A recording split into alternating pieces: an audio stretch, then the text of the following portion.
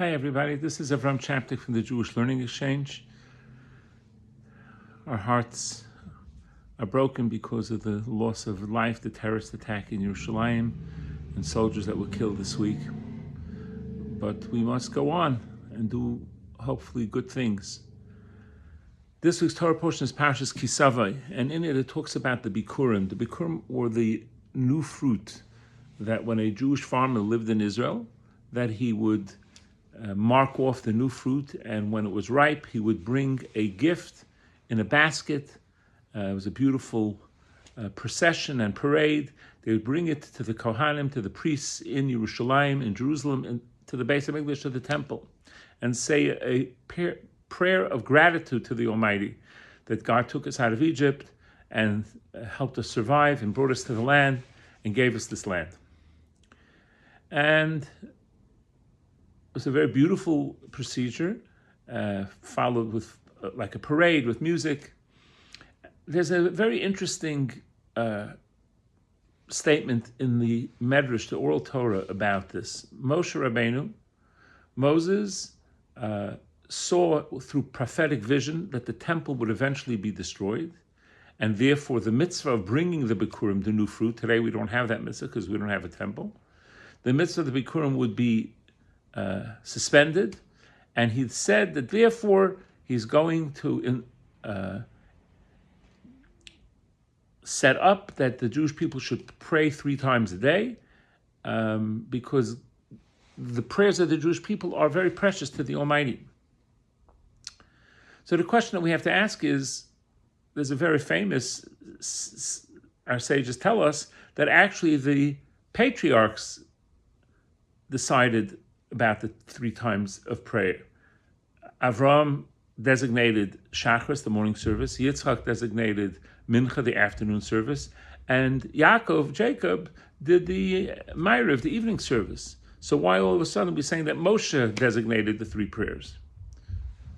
And my friend Rabbi Birnbaum brings a beautiful thought from the current Ger Rebbe, may he live and be well, and it says the following idea.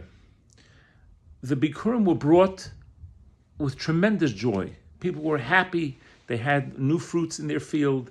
They had worked hard and were successful, and they were giving gratitude to the Almighty for being able to do, for them to be able to have this and for be able to do it. What Moshe instilled in the prayers 3 times a day is not to just say, Hashem, this is my want list, and beg Hashem, which is legitimate. We're allowed to turn to Hashem for anything and all, big and small, and shouldn't hesitate about that, because nothing is beyond God's vision or scope or ability to help us. But at the same time, we need to have gratitude, and we should do it with joy. So Moshe instituted that the prayer should be like Bikurim, that they should be filled with gratitude and thanks as well. And that's what he established. And this is an important idea.